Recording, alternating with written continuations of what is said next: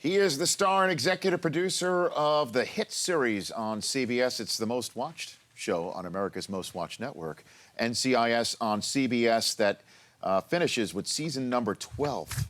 Wow. On May the 12th, next week, he is Mark Harmon here in the Rich Eisen Show. Good to see you, Mark. Hi, Rich. Nice How are you? Good.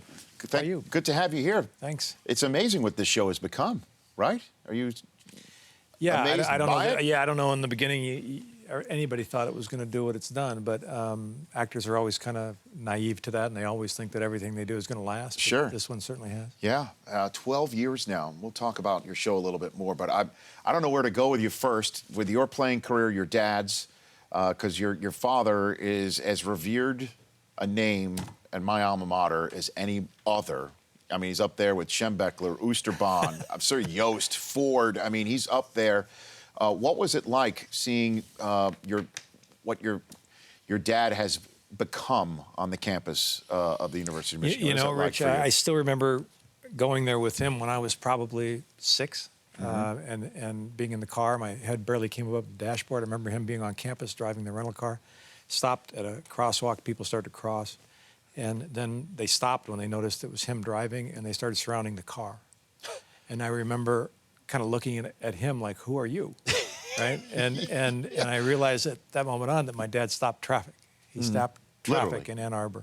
And going back there a couple of years ago when they did the Jersey thing, I was impressed with a lot of that. And certainly what he told me about the university and believed all his life.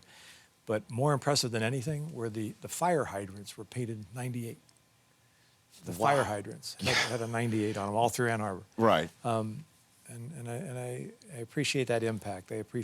My dad would appreciate that impact. Right. And the idea that people or kids or some kid now would walk into Schembechler or whatever and see a kind of a tribute to him and maybe want to come here too. Yeah, number 98 was obviously also, what we talk about the Jersey thing, as you were referring to, is that Michigan a couple of years ago decided to have legend jerseys, where retired numbers that you never thought would ever be worn again, would be worn by active players. And Devin Gardner was the one who was wearing your dad's number, and then on occasion not performing very well, and it became a big to-do in Ann Arbor.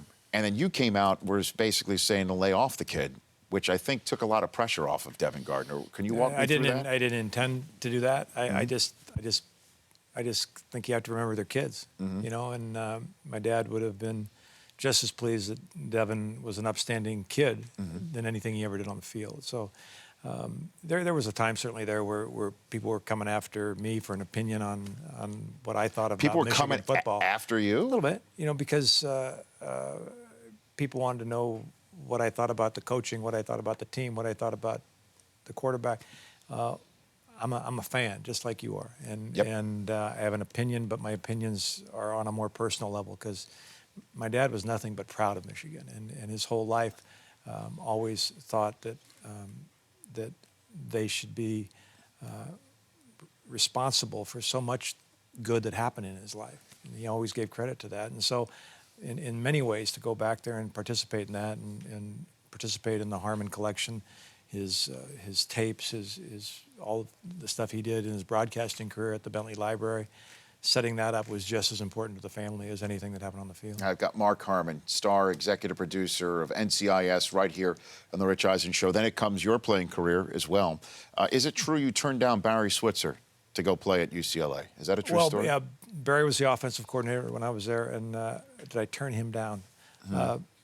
Maybe Barry's telling that story. I don't know. I didn't go to Oklahoma. I had a chance to. You know, it's probably more important to think about that now than it was then. Right. So then you went to UCLA, and interestingly enough, Aikman went from Oklahoma to UCLA as well. Yeah, I don't know if that was an equal trade, but What are your recollections of playing for UCLA and Pepper Rogers? What are your recollections of that? You know, at the time, Rich, they were the triple option, the wishbone is what people were running, and I'd been a fan of that offense for a while. When I went to Oklahoma, I was recruited by Jack Mildren, and to have an opportunity to spend some time with the guy who really ran that offense so well at the time was an honor. UCLA was 2-7-1 the year before, and no one in their right mind was saying go to UCLA. I thought there was a lot of potential, and more than any of it, I came out of junior college, so I was looking for an opportunity. Yeah, you came out of Pierce College, where you're in the Athletic Hall of Fame. You were inducted there back in 2010. Do you watch, when you watch a football game, do you sometimes watch it from an X's and O standpoint? Oh, totally. I went to the Super Bowl a couple years ago and was sitting in my seat watching everybody look at the monitors. It was in Dallas, and so everybody's look at the players. Everybody's looking up, Right. and the way that the game is broadcast now has an effect on the audience. But Sure. I've always liked watching the big picture. I've always liked, my favorite is an offensive formation reel where you're watching it from a big distance where you can see the entire Yeah, the layout all on the 22. field. Sure. Yeah. But it did dawn on me at the time that people were sitting there with their iPhones saying, "I am at the Super Bowl," as opposed to taking it in. Yeah, I was at that game too, and it took me a full quarter to say, okay, there's an actual game on the field I could set my own eyeballs on instead of watching that television screen that's above the field. Well, it's kind of hard to miss that TV screen. It goes from the 20 to the 20. It goes from 20 to 20. Yeah. It really, really does. But I had the same effect. You're staring at this. You're staring at the field. So I'm sure you were following Brett Hundley's ascension on the campus there, and then were you peeking in on Saturday at the draft to see what was going on? Watching you. Yeah. Well, that's great. Yeah. I'll take that. Yeah. What do you think of Brett Hundley? What do you think of this young man? I think he's a remarkable kid. I like what Coach Moore is doing there at UCLA, and not that anybody cares whether I like it, but I just think they look like they're proud to put the jersey on again, and that's important. That's important for a kid's time in college. I'm thankful for many things about my experience at UCLA, but none more than the people I met there and the experiences I had there. It didn't have a lot to do with the wins and losses. Yeah. And I just think more that the program itself get itself in shape is the most important part of that. And then how did you get in acting from there? Because I guess you're in Westwood. Couldn't do anything else, maybe. I don't know. No, I'd always wanted to give this a whack. I had an opportunity to be on a set when I was a senior at UCLA, and I enjoyed what this is. What set were you on? Do you remember? Yeah, it was a set. Ozzy's Girls, Ozzy and Harriet. It was Ozzy Nelson. I used to lifeguard down at Laguna Beach. He used to swim on the beach.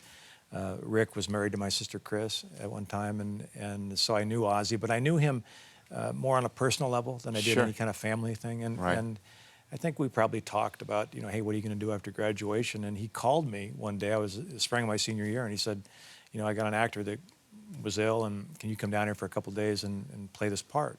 And I went down and I played a gorilla. I was in a gorilla outfit. I had one line. I said, I answered the door and said, "Hi, my name's Harry King Kong. Which way is the Empire State Building?"